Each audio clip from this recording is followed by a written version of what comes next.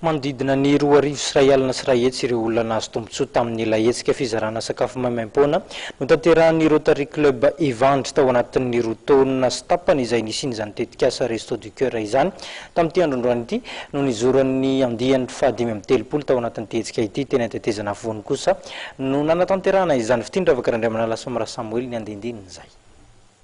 Olona manodidina ny 4 arivo avy eo tamin'ny fokotany antetezana voany voalohany sy ny manodidina azy no nitolorany fikambanana Rotary Club Antananarivo Ivandry sakafo maimaim-poana tamin'ny ity androany ity. Tafiditra ao anatiny tetikasa Resto du Cœur izay vatsiny ny Fondation Telma Vola moa ny etsika androany. Escavazana ety antetezana voany toerana somary bolina vonina mihitsy ny feno sahirana. Ny androany zay mizaha sakafo mikatiny iny.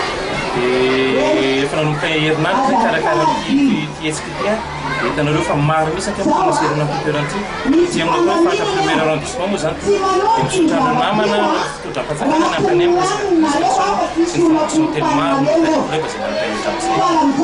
nisy 700 tamin'ireo olona nahazo sakafo maimaim-poana androany dia avy amin'ny sekoly EPP antetezana voany voalohany avokoa. Izy ireo izay tsy misakafo araka ny tokony ho izy noho ny tsy fampiny fa efa mividy ny ray aman-drenin'izy ireo.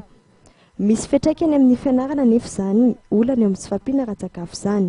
Tena misy be mihitsy satria hitanareo fianarana ireo zareo na mandeha fianarana azy izy tsy na ny fianarana na ny zavatra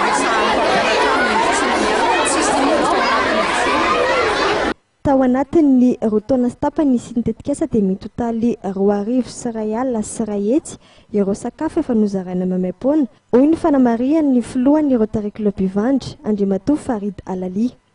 Et aujourd'hui, je suis content, fier de faire la 35e édition des Restos du Cœur. On va distribuer aujourd'hui 112 000 repas depuis le début, depuis 2008. 4 000 repas aujourd'hui. Et je voudrais faire l'applaudissement particulier pour Telma Fondation. Applaudissez Telma Fondation. Tanjony tetikasa Resto du Cœur ny anampy ireo olona sahirana amin'ny alalan'ny fanomezana sakafo maimaim-poana azy ireo.